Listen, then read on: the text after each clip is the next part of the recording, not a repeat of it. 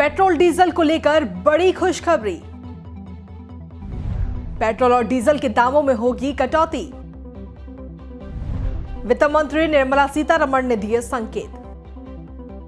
जी हां, लगातार बढ़ रहे पेट्रोल और डीजल के दामों को लेकर अब राहत मिलने वाली है। पेट्रोल और डीजल की आसमान छूती कीमतों से आम आदमी को राहत मिल सके, इसका रास्ता निकालने की कोशिश में अब मोदी सरकार जुट चुकी है।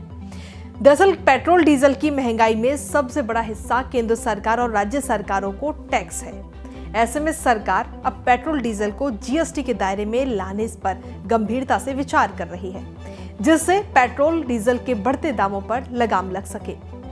वित्त मंत्री निर्मला सीतारमण ने पेट्रोल डीजल को जीएसटी के दायरे में लाने के संकेत देते हुए कहा कि अगर पेट्रोल और डीजल को गुड्स एंड सर्विसेज टैक्स के दायरे में लाने के सुझावों पर जीएसटी काउंसिल की अगली बैठक में चर्चा होती है तो मुझे खुशी होगी।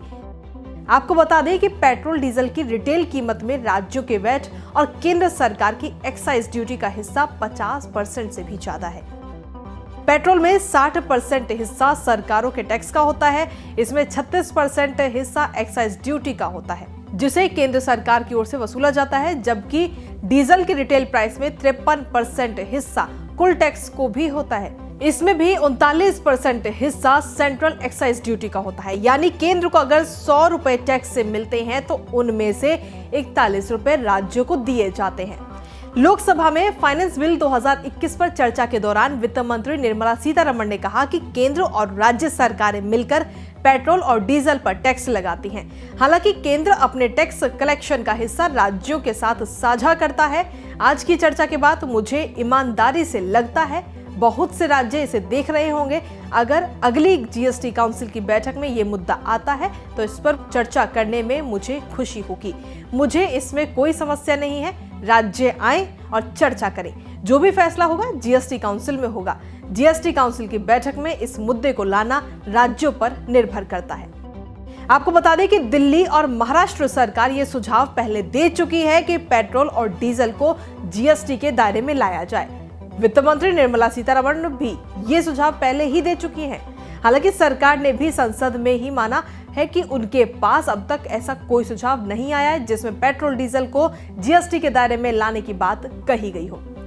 पेट्रोल और डीजल के दाम बीते 9 महीनों से लगातार बढ़ रहे हैं, जिसको लेकर एनसीपी की सुप्रिया सुले ने केंद्र सरकार पर सीधा निशाना साधा। उन्होंने कहा कि केंद्र की एक्साइज ड्यूटी 38 रुपए प्रति लीटर है, जबकि राज्य 19 रुपए प्रति लीटर वैट लेते हैं। ऐसे में पहले केंद्र सरकार को अपना एक्साइज कम करना चाहिए। दरअसल पेट्रोल और डीजल की लगातार बढ़ती कीमतों से राहत के लिए पेट्रोल और डीजल को जीएसटी के दायरे में लाने की मांग काफी लंबे समय से उठ रही है और हाल ही में वित्त मंत्री ने कहा था कि पेट्रोल और डीजल को जीएसटी की परिधि में लाने का फिलहाल कोई प्रस्ताव नहीं है। पिछले महीने देश के कुछ हिस्सों में पेट्रोल की खुदरा कीमत 100 रुपए प्रति लीटर के पार चली गई थी, जिसके बाद से लगातार विपक्ष केंद्र की मोदी सरकार को घेर रहा है। ऐसे में ये देखना होगा कि पेट्रोल डीजल को जीएसटी में लाने के जो संकेत निर्मला सीतारमण ने दिए हैं वो कब पूरे होते हैं। पेट्रोल डीजल की बढ़ती कीमतों से देश की जनता को कब राहत मिलेगी, ये तो आने वाला वक्त ही बताएगा। फिलहाल पेट्रोल डीजल को जीएसटी के दायरे में लाने को लेकर आपकी क्या कुछ राय है, हमें कमेंट करके जरूर बताएं।